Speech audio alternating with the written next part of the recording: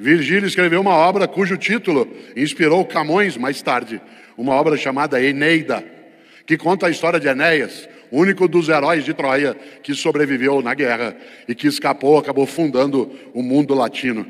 A Eneida é exatamente um estupendo poema que conta a história da sobrevivência de Enéas. E essa obra escrita em italiano, e não necessariamente em latim, como se fazia naquele momento, ela acabou marcando um pouco o modo também, né, em que mais tarde o latim se transformará numa parte do italiano a partir do Vêneto. A grande obra, que escrita inteira em italiano e não em latim, como Virgílio fez, foi de Dante Alighieri, a Comédia de Dante. O mais gostoso é que Virgílio, na sua obra, ele conta um caminho que, num determinado momento, fala das armas e os varões assinalados. Coisa que Camões começou, né, sua obra, Os Lusíadas, exatamente com esse termo. O mais gostoso é que Virgílio, lá no capítulo 6 da Eneida, escreveu: cada pessoa carrega o seu próprio inferno dentro de si. Cada pessoa carrega o seu próprio inferno. Ô inferno! Ô vida infernal! Ô empresa infernal! Ô cidade infernal! Ô casamento infernal! O que é a ideia do inferno? É aquilo que te consome e que você não vê saída. É aquilo que te leva a entrar em desespero. Uma das coisas que inferna a nossa vida é a ausência de propósito claro. E por isso que cada um, lembrando Virgílio, carrega dentro de si o seu inferno. Quando alguém me pergunta, por que você faz o que faz? Isto é, por que você está na docência? Eu poderia dizer, esse é o meu meio de ganhar a vida. E eu estou usando a expressão no duplo sentido. Ganhar a vida como sustento e ganhar a vida como sentido para a minha vida. Para que de fato um dia eu possa no final do caminho sentar e pensar, deu certo. Olha só, quando Virgílio diz cada um carrega em si seu próprio inferno, o que é o inferno? A noção de inferno é uma noção que nasce exatamente desse lugar do planeta que agora está convulsivando com os fratricídios recíprocos dentro do mundo semita. Quando a gente a cada dia se espanta mais ao ver o quanto nós somos capazes do horror de vários lados. A noção de deserto como lugar do sol inclemente, do calor insuportável, nasce, claro, em povos do deserto, que vivem hoje em lugares como Irã, Iraque, né, no mundo árabe, no mundo de Israel, no mundo palestino, no mundo do Líbano. O que é o inferno? É o calor que não cessa, o lugar que você não vê refrigério. A vida severina sem alternativa. Eu gosto dessa ideia. Minha mãe Emília, que faleceu ano passado com 93 anos, ela teve uma vida não só extensa, como muito plena. E uma das coisas que ela gostava era de me ouvir brincar com ela. Muito bem-humorada sempre, ela era professora de profissão na origem. E uma das coisas é que ela era muito friorenta. Muito friorenta. Morava em São Paulo também, morávamos próximos um do outro. E vez ou outra ela reclamava. Frio, filho, tá um frio danado. Eu falei, mãe, fica tranquila, né? A senhora, para onde vai? O lugar é quente. E ela ria disso. Ela lá não está. Espera. Né? E claro, que coisa boa. Aliás, ela era muito bem-humorada em várias coisas, porque ela tinha um propósito. Fazer bem. E fazer o bem. Ela gostava disso. Por isso ela seguiu cuidando de tanta gente na vida. E ela gostava que eu contasse para ela, especialmente quando ia chegando o dia da professora, dia do professor, algumas coisas. Eu contava com frequência, né? Uma história ela achava maravilhosa. Eu contava sempre e ela pedia para eu contar de novo, não por ausência de memória, mas porque aquilo a divertia de modo estupendo.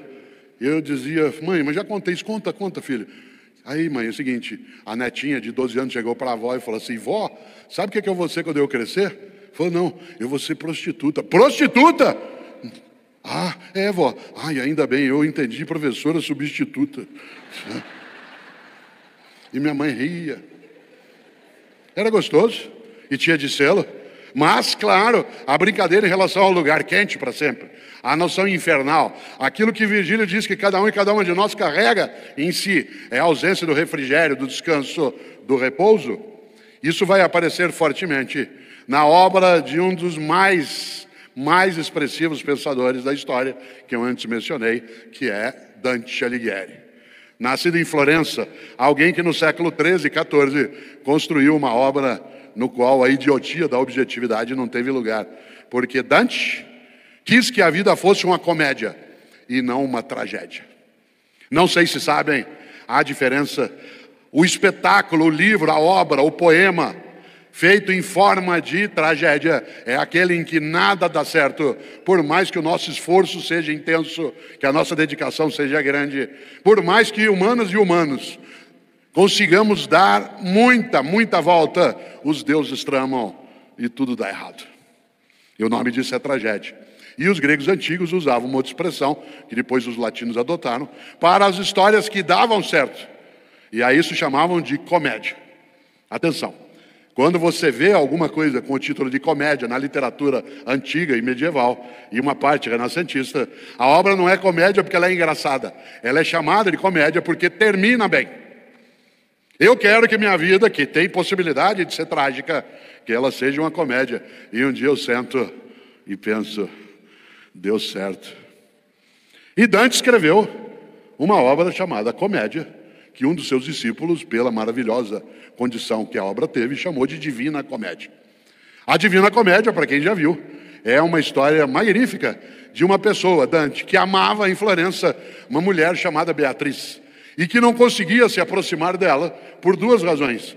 Porque as famílias eram também adversárias, coisa que, claro, Shakespeare mais tarde vai aproveitar recolhendo relatos italianos para escrever Romeu e Julieta. E segundo, porque Beatriz era casada.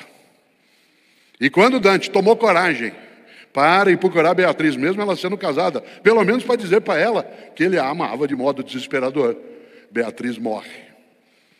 Poderia parecer uma tragédia.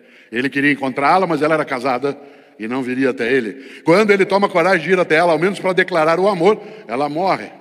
E ele tinha que ter uma comédia na vida. E o que ele fez? Se ele não podia chegar nela, porque ela morta estava, ele ia chegar pela imaginação, pela criação. E aí o propósito dele foi buscá-la na literatura.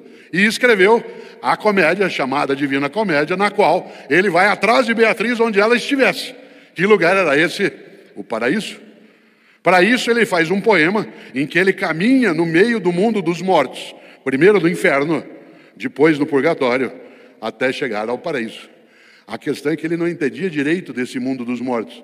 Mas alguém vem ajudá-lo na obra. E logo no começo da obra Divina Comédia, ele, desesperado para caminhar em busca de Beatriz, consegue olhar de lado e aparece para ele Virgílio, que estava morto, claro.